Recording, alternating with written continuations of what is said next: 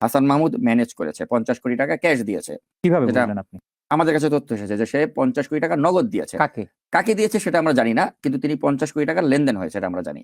তো এরকম এটা কিন্তু এই সরকারের জন্য অত্যন্ত বিপজ্জনক এই ধরনের কথাগুলো যে এই 50 কোটি টাকা আমি আপনাকে যদি, আপনি যেহেতু জানেন, আপনি বলেছেন, আপনি আমাকে এর লেভেলটা কত দূর পর্যন্ত, কোন লেভেল থেকে কোন লেভেল পর্যন্ত এই টাকাটা ডিস্ট্রিবিউট হয়েছে? এটা নিশ্চয়ই মানে এখানে যারা এই গ্রেপ্তার প্রক্রিয়ার সাথে যারা জড়িত লোক তারা কেউ এটার দায় এড়াতে পারে না। এবং আমি যদি আপনি আমাকে নাম উল্লেখ করতে বলেন তাহলে এই যে শাহ আলম কেন গ্রেপ্তার হচ্ছে না? এটা কিন্তু আমি নাগরিক টিভিতে ইতিমধ্যেই বলেছি যে বসুন্ধরা গ্রুপের একজন আপনি প্রশ্নও করেছেন। জমির দালাল আছে সেনাবাহিনী দর্পণ। প্রধানকে আপনি প্রশ্ন হ্যাঁ, করেছেন। যে একজন দর্পণ নামে একজন জমির দালাল আছে তার সাথে আপনার ভাই সে এই নেগোসিয়েশন করছে। এই আমাদের যে স্বরাষ্ট্র আ মন্ত্রী যিনি মানে উপদেষ্টা যিনি জি। রয়েছেন লেফটেন্যান্ট জেনারেল জাহাঙ্গীর। তো তার আপন ভাই যখন এই ধরনের কাজ করছে যেটা আমি নাম উল্লেখ করে বলেছি। তো এটা তো তাকে আমার ওইটাকে কিন্তু তিনি চ্যালেঞ্জ করেননি এখনো। এখনো কিন্তু তিনি বলেননি যে না নাগরিক টিভিতে যেটা বলা হয়েছে এটা বেসলেস।